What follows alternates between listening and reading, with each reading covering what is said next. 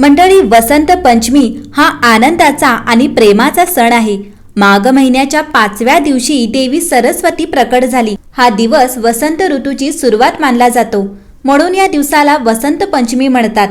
पिवळा रंग शुभ, समृद्धी आणि आनंदाचे प्रतीक। आपल्या देशात ऋषी मुनी पिवळ्या रंगाचे कपडे वापरत आले आहेत।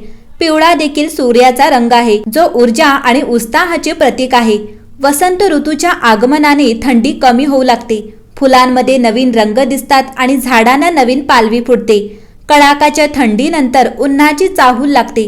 पावसाळ्यात जसे सर्व काही हिरवे दिसते, तसे वसंत ऋतूमध्ये सर्वत्र पिवळा रंग दिसतो। पिवळी मोहरी, पिवळे कपडे, पिवळे पतंग, पिवळी मिठाई। पिवळा रंग ज्योतिषशास्त्रातील गुरु ग्रहाशी संबंधित आहे, जो ज्ञान, शिक्षण, अभ्यास, पांडित्य, बौद्धिक प्रगती इत्यादींचे प्रतीक आहे।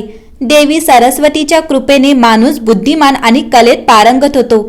यामुळेच वसंत पंचमीला पिवळा रंग धारण करणे, पिवळ्या वस्तूंचे सेवन करणे आणि पिवळ्या वस्तूंचे दान करणे शुभ मानले जाते।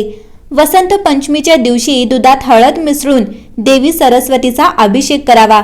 हे उपाय सुखी वैवाहिक जीवन आणि करिअरच्या प्रगतीसाठी प्रभावी आहेत। वसंत पंचमीच्या दिवशी पिवळ्या रंगाच्या मिठाई जसे की बेसनचे लाडू, बर्फीमध्ये थोडेसे केशर घालून देवी सरस्वतीला अर्पण करा आणि नंतर 7 मुलींमध्ये वाटून घ्या। असे मानले जाते की असे केल्याने विद्येची देवी सरस्वतीसह देवी लक्ष्मीचाही आशीर्वाद प्राप्त होतो। या दिवशी केळी, कडधान्य, पिवळी फुले, पिवळे कपडे, शिक्षणाशी संबंधित वस्तू यासारख्या पिवळ्या रंगाच्या वस्तूंचे दान केल्याने बुद्धीचा विकास आणि वाणी सुधारण्यास मदत होते।